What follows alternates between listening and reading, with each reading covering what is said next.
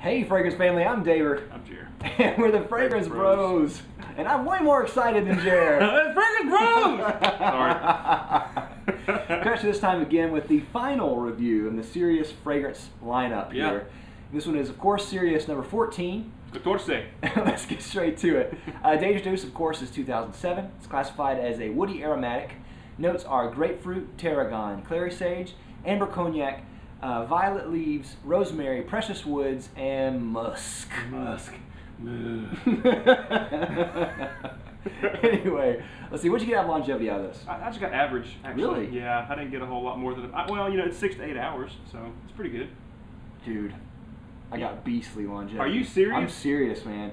I got at least 12, possibly like 15 hours on this. Holy tits. Yeah. That's crazy. I got a lot. What about projection? What did I do? I feel like it's excellent on the projection. Yeah, okay. It's really pushing out there. Excellent projection as well. I got some notices on this one. Yeah. Now, it's interesting to note that this is the only eau de parfum in their men's line. The rest are actually eau de toilette, but this one's eau de parfum. That's weird. Yeah. Not sure why.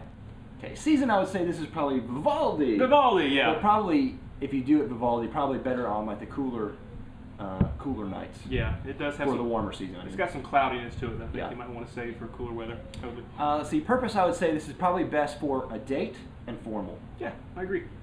Now, what does this remind you of? It reminds me, actually, a little bit of La Nuit de L'Homme by YSL. I know you don't really get the same feel. I don't know what the notes are in La Nuit or how they, you know, sort of dovetail this, but to me, they have a similar feel. This one's brighter than that, but I still get sort of the same vibe from them both. I get like a lot of the, I get some grapefruit and the sage up top, and then it dries down to like a woody violet kind of thing going on.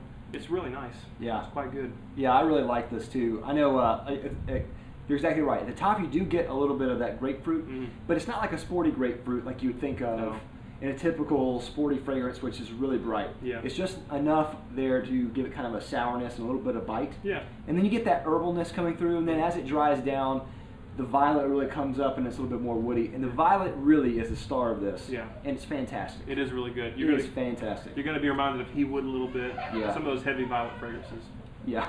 Now this also gets compared to, I've heard a couple of people say this gets compared to Armani Code. And I think wrongfully so. Yeah, me too. I don't think there's really anything in common with that. Not either. Because that one's more spicy and it's really more of an oriental type fragrance. A little powdery. Yeah.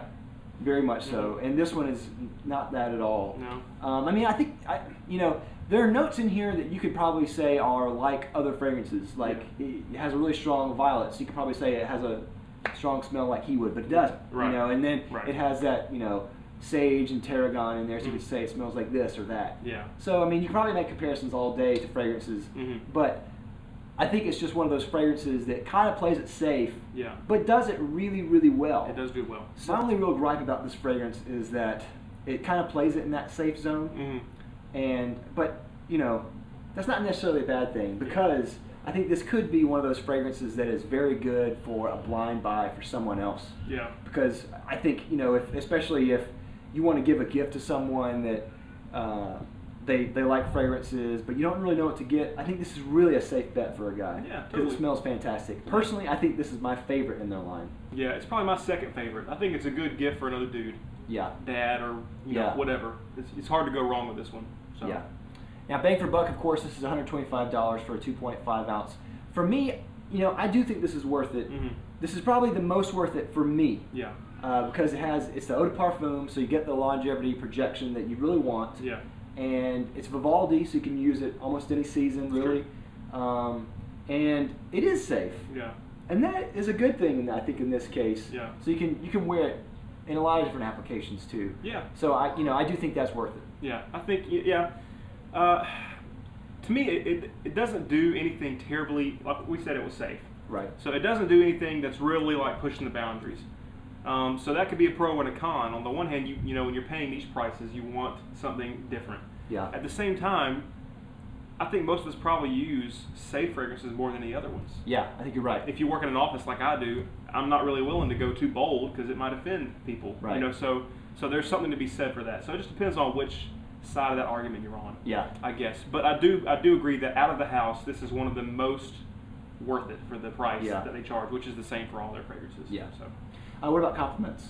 Yeah, I mean, Stephanie liked it. She liked it. She didn't think it was amazing, but people did notice it. People would say, "Hey, you smell nice." No one was like, "Oh my god," because it's not that kind of scent.